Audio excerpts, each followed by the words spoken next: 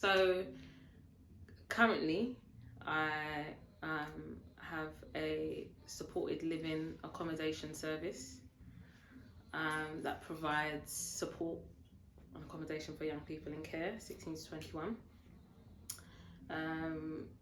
That's been going we started it in 2020, and it's been going for 3 years now. In terms of our first young person moved in 2022. So that's what I currently do. But I've been working with young people it'll be 19 years this year. Mad when you think about that, innit? 19 years. From time I could work. But seven of those years was voluntary work. Is it? Where was that? So everywhere. So I started working in after school clubs. I was working with children. And then I did work in the youth offending team. And then I went back to my old secondary school. I used to run workshops with the kids at lunchtime. I had a good relationship with the behaviour mentors there, and then I ended up getting a job there. But even whilst I was volunteering, I always studied, volunteered and worked. I kept myself busy. Yeah. But I'm learning now. What that business is about. Right, I'm learning now that's not good. Yeah. So I used to keep myself very busy. No, yeah, you know it's all part of the journey. Yeah. It's all part of the journey. You might, yeah. Because even though you would say it wasn't good for you, but actually then was it in a grand scheme of it? It was part of the journey, but I don't promote it. I don't encourage now where I am now.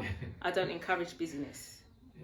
You see everybody is busy, and it's not where we're meant to be. That's not. We spoke about understanding self. And in order to understand self, you can't be busy because you're running away from yourself when you're busy. Anyway, so I did a lot of voluntary work. I studied youth justice. Even that was madness because I wasn't even meant to do youth justice. I was supposed to do social work, which I'm so glad I didn't. And then I went into working in school. So I did supported working with young people with SEN, special educational needs. Yes, I did that. Then I went into supported accommodation. That's when the real work started. The deep, in terms of behavioural management, that's when I started to learn about myself. It was through that. And then I went into gang intervention and prevention. But all of this journey, it was more than just working with the young person. I was exposed to systems, so other services, mindsets, the way things are set up. So what I didn't realize at the time was I was making note of how things are and how things work, and okay, if you say this, then this is what this, and this is how they think, and this is how that service works, and this service doesn't communicate with that service. So I learned a lot of that through that, and but my deepest experience was definitely the supported accommodation, but was the gang intervention and prevention work. What was you learning in that space? What wasn't I learning in that space? So it deepened my experience with myself, but I learned about the power within, and the great thing was I had autonomy. So where I worked, I was able to navigate and work with my clients the way I wanted to. So I learnt that services are not what they paint themselves to be. A lot of people think that there is a lot of support and opportunities out there, and that isn't how it really is. When you break things down and you journey through these services, when you actually want an answer or you want a result or you want a solution, you start to realize that actually it's not what it's painted to be. So what I realized is that what these young people need is strong advocacy. There is an expectation for young people to talk about what it is they want and need. They don't even know what they want or need. They don't know how to speak up for themselves. They don't even recognize the things that they've experienced because that is their world. That is all they know. But it's only because I've experienced that and come out of that I can say, actually, that's not good. So we have to go into those spaces and advocate heavily for those young people and say, actually, this ain't right. Actually, a 16-year-old homeless, taking him to social services and housing, no one's housing him. Pardon? It just so happened it was the first time I met him, so it was hard for me to kind of go in hard. But as we went on that journey together, I learned about the things that he's experienced, and mum, dad, and this, that, and that, and that. They expected him to move back with his sister, who was only 2 years older than him and has a 3-year-old son and lived in a 1-bed flat. I'm sorry, he's 16 years old, and she went through the care system herself. So it's seeing those types of things. It's seeing people in prison whose license has ended, and you're dealing with immigration issues, and they're getting attacked while they're in prison, almost dying. I'm getting calls saying, he just got stabbed in the eye, and I'm emailing the prison saying, you need to move wings. He needs to move wings. Nothing's happening. Then 10 man on 2 man in the showers, stomach jock out, neck jock out, everything. When I say body hanging off, almost died in the prison. He shouldn't be in there. He's got immigration issues. His license has ended. Contact the MP. You release him like that. Mad. You release him like that with no plan. Probation officer wasn't even aware. So there's deeper things that you experience when you kind of journey this, and you realize that actually these people need a voice, someone to speak up for them, someone knows how to navigate the system. Again, you're going to court. Young person's first offence whilst they're homeless, by the way. Of course they're going to commit crime where they're homeless, isn't it? So first offence, go to court, criminal behaviour order, first thing they want to give them. So we're now looking through the CBO, criminal behaviour order, and you're seeing, I've spoken about this stuff before on my Insta, but I'm just, this is, you asked me that question.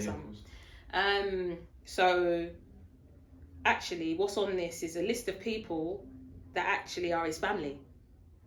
He's homeless, and then what you actually got is a road that's got a college and a homeless shelter on it, so you're limiting. But also what you're doing is you're increasing the risk of breach. So if you're increasing the risk of breach, then what happens? The young person stays in the system. So these are the things I'm seeing. So I'm like, right, our aim is to get them out of the system. So therefore, this list has to change and that road has to change. So you build a relationship with the solicitor and you get those things off. Did you notice maybe what they call unconscious bias, or how they dealt with particular demographics of young people?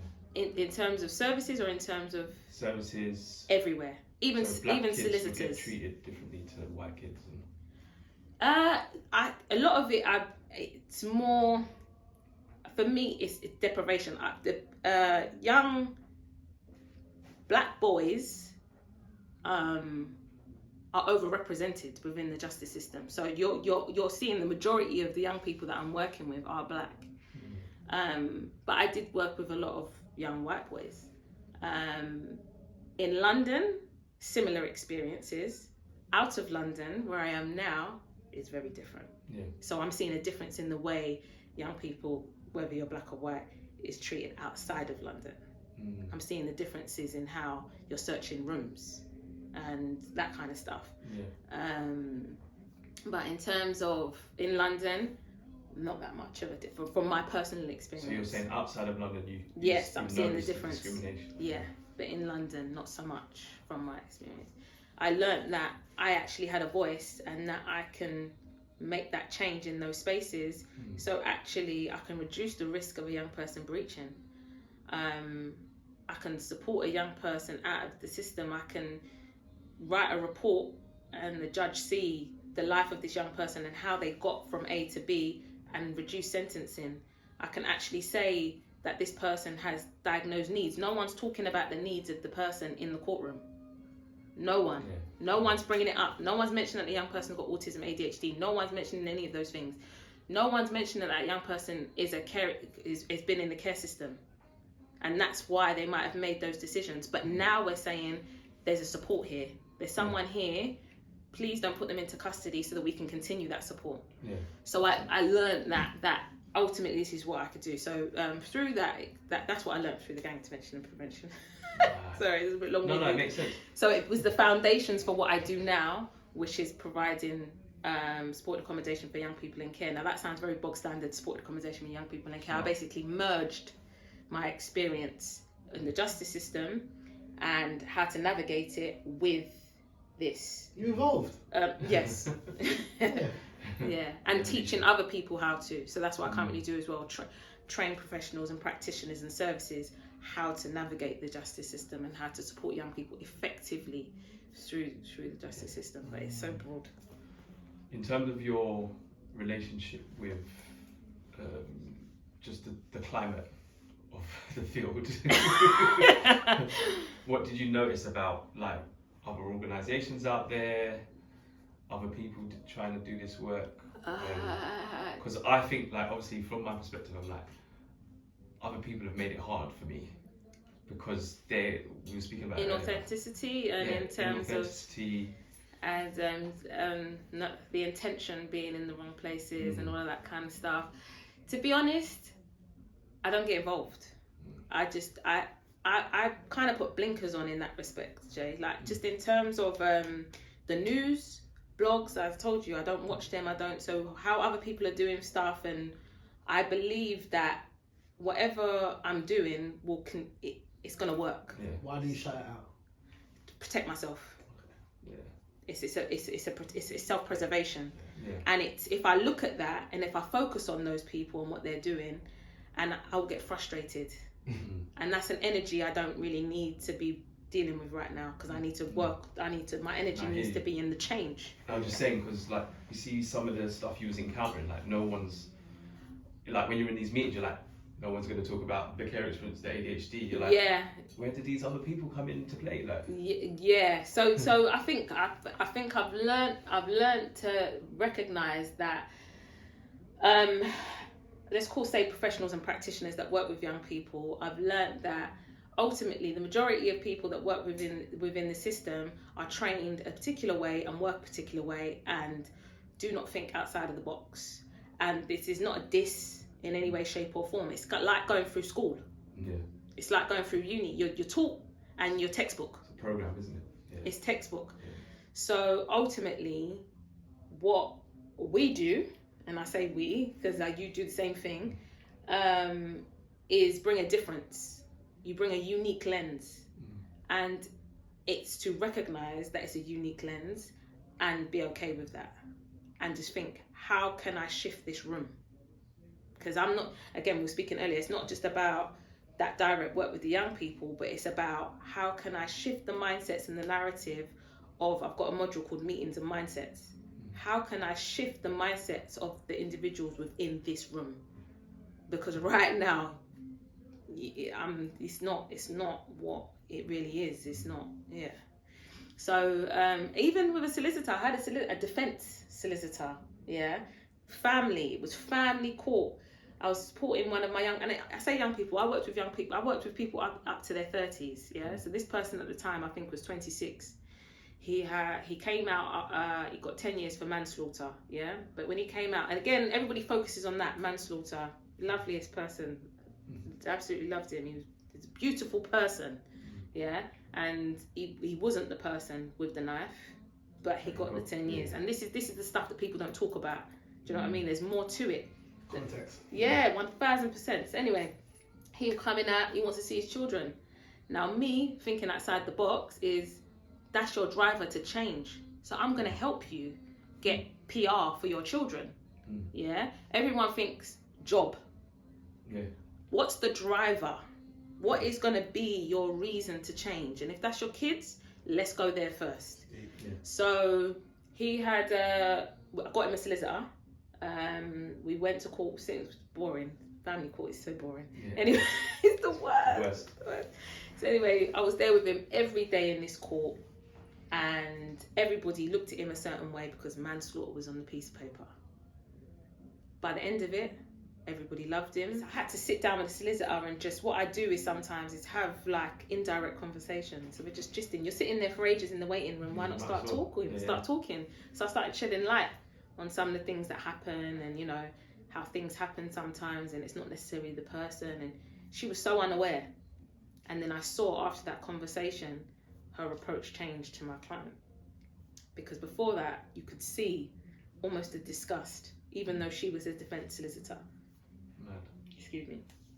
She was there defending him or supporting him, and I could see that you know, and then those feelings and biases that we talk about come out in the work, which then limit outcomes. Oh my gosh, it's a whole nother conversation now that we're talking about how, because you see manslaughter on a piece of paper, or because someone in your family has been murdered, then when you've got to go and work with someone who's committed manslaughter, what you don't realize is that you're actually limiting that outcome for that person, because you're not going to put 100 in. Yeah, because you're going to have that on your spirit. So that's why we have to become aware of ourselves and work on those things first. Self-awareness first before. So I'm going into.